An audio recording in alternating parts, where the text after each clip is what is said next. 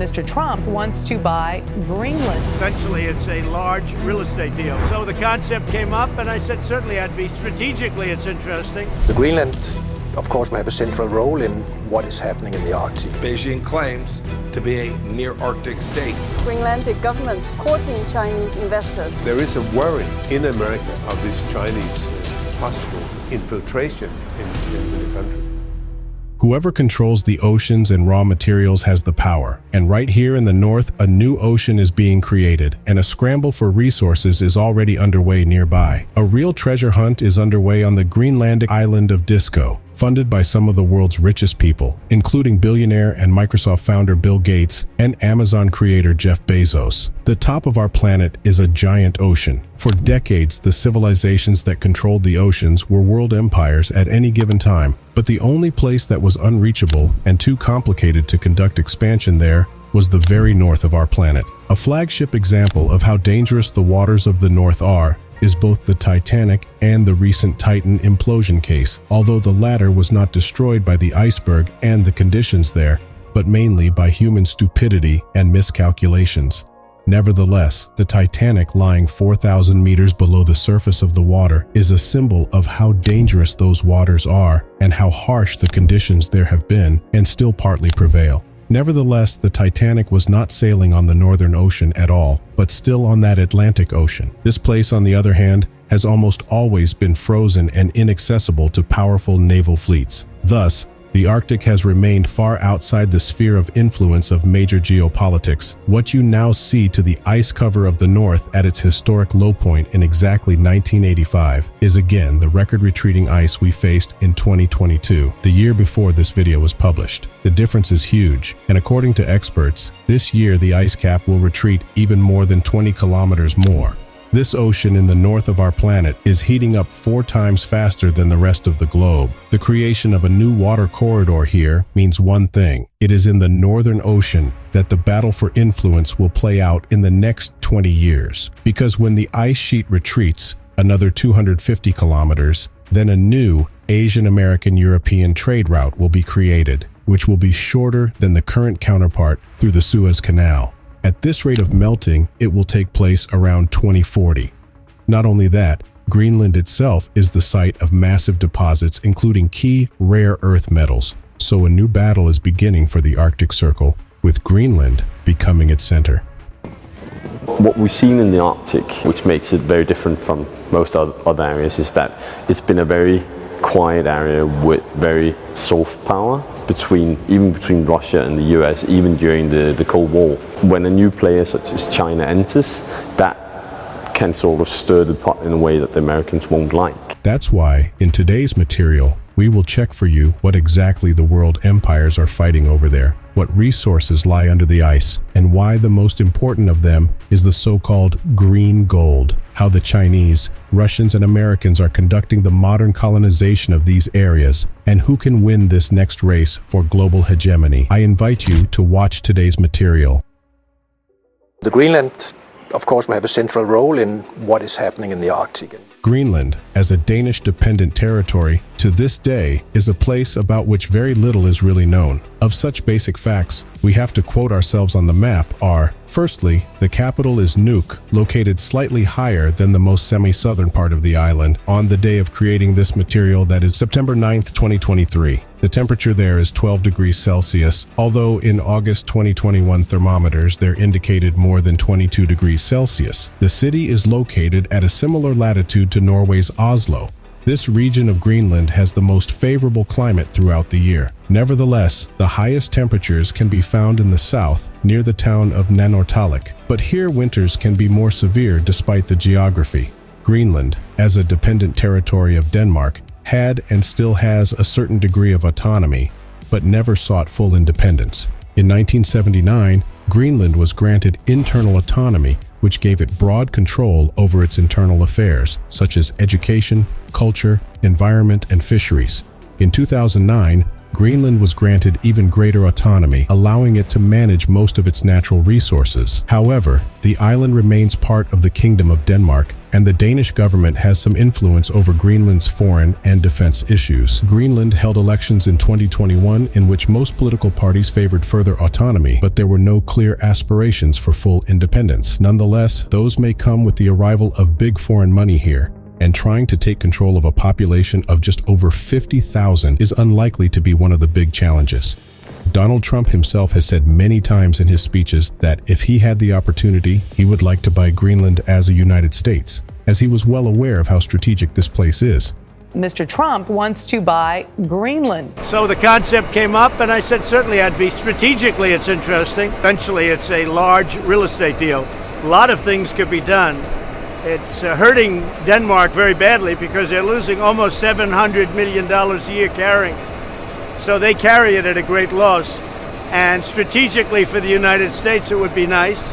And we're a big ally of Denmark, and we help Denmark, and we protect Denmark, and we will. Most of this huge island is located behind the Arctic Circle. That's why it was the starting point for Arctic explorers who sought to be the first to reach the North Pole in the early 19th century. In fact, the United States long ago recognized that this massive island was a clever geopolitical location. Thus, the Americans convinced the Danish colonizers to help them evict the Inuit community, and thus the first American military base, Pituffik, was established, which proved crucial for bugging the Soviets during the Cold War. Interestingly, there were also nuclear weapons launchers there, so the U.S. took the facility deadly seriously. Later in the 20th century, more American military bases were established, which you now see on the map. Over time, however, Washington abandoned these facilities and even closed its embassy in Nuuk, leaving Greenland free to be influenced by other powers. Times have changed, and while the Soviet threat has disappeared, it has been replaced by a new one in the form of Russia and China. China has stated very clearly in its Arctic policy white paper published in January 2018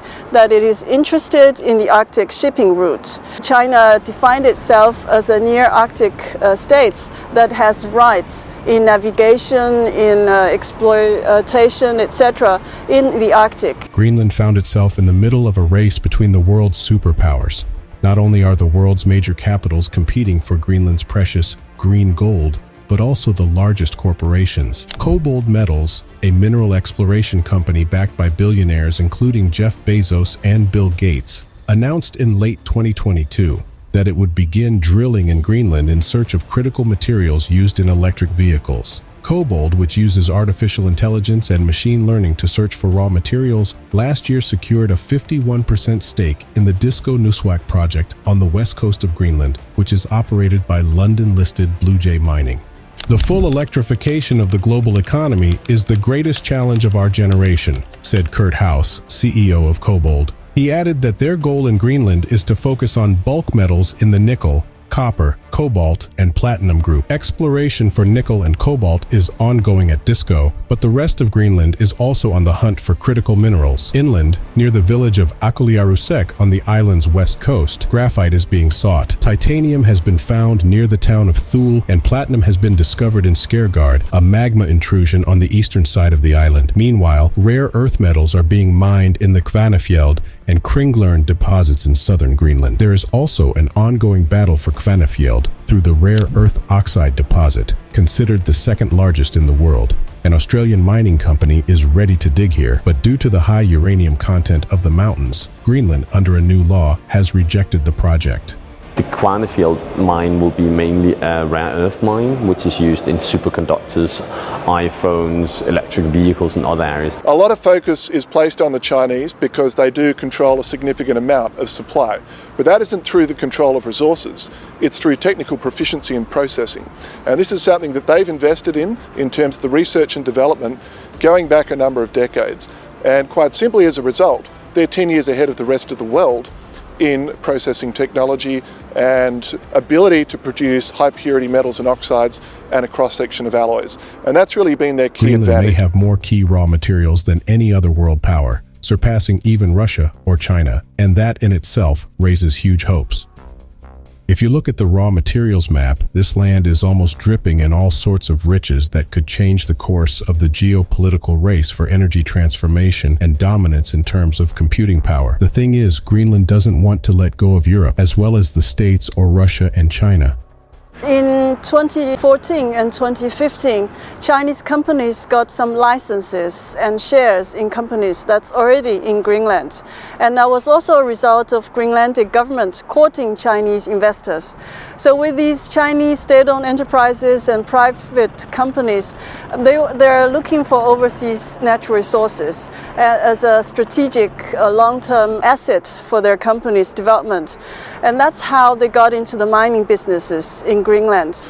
The Union lost the battle for the deposits of this extremely abundant land due to the ominous issue of fishing. Although Greenland became a member of the European Economic Community in 1973 with the accession of Denmark, in 1985 the Greenlanders withdrew their country's participation in the EEC due to problems with the right to fish. By the way, actually, this is also a region where there is no shortage of fish. There is very intensive fishing there, but this is not as important as raw materials and possible trade routes. And given the high taxes the islanders pay to the Danes, it cannot be unequivocally said that they will not want full freedom in the long run.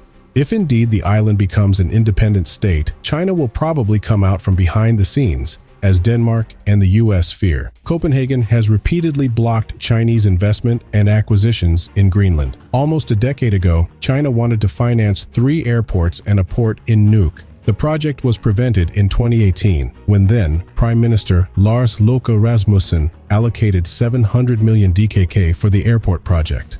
2 years earlier, the same Lars Løkke Rasmussen had blocked Chinese investors from buying the now closed Danish military base, Grønnedal, in southern Greenland. China's words and actions raise doubts about its intentions. Beijing claims to be a near-Arctic state, yet the shortest distance between China and the Arctic is 900 miles. There are only Arctic states and not-Arctic states.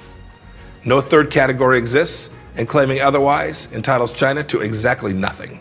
Because the Arctic is a place of wilderness does not mean it should become a place of lawlessness. In March 2022, the United States, Canada, Iceland, Denmark, Norway, Sweden, and Finland suspended their participation in the Arctic Council, chaired by Russia, saying that the latter had violated the Council's basic principles of mutual trust and respect for international law with its aggressive policies. Far on the northern tip of the island, China could have acquired a large zinc and lead mining facility, specifically citrinin lead and zinc mine. But the Australians who owned it abruptly abandoned the deal in favor of a purchase from the United States for nearly $600 million. The relevant U.S. criticisms on China's role in the Arctic are the complete opposite of the truth, and it runs counter to the general trend of peaceful cooperation in the Arctic. It's completely confusing right and wrong, and has ulterior motives. China has always had an open, positive, win-win attitude towards matters in the Arctic. When it comes to Arctic issues, we continue to be a leader in scientific research, advocate environmental protection, and make reasonable use of governing conduct according to law and international cooperation. At this point, American and European influence significantly outweighs that on the Chinese or Russian side. Nevertheless, will this always be the case? First of all, Russia has no intention of giving up its claims in the Arctic Ocean. It is so desperate that in areas that are disputed, it is able to mount Russian flags underwater, like the American one on the moon. Yes, it sounds absurd, but this is exactly what the Kremlin is doing. It's also worth noting that the Chinese and Russians are creating their own northern corridor to cover Russia's northern coast. $10 billion has already been spent on this, and the project is still being developed. In view of all that is going on in the Arctic, it is hard to pass by indifferently, and the most that will be decided in this matter will actually take place in the next 10, 20 years, the very period the title of this material indicates. Greenland, one thing cannot be put down. The island is developing, becoming richer and more important. As the world's largest island, it has huge opportunities for future expansion, and with favorable climatic conditions for IT and cost reductions from cooling and cheap energy, thanks to hydropower and elements enabling a green transition. If the country actually becomes independent, it will probably rank among the highest in the world in terms of GDP per capita, when we ourselves live mainly by the issue of Ukraine. let's also remember that there are other really important events happening in the world from the point of view of geopolitics, and Greenland is a clear example of this. For my part, that's it. Let me know what you yourself think about it. Stay tuned. Cheers.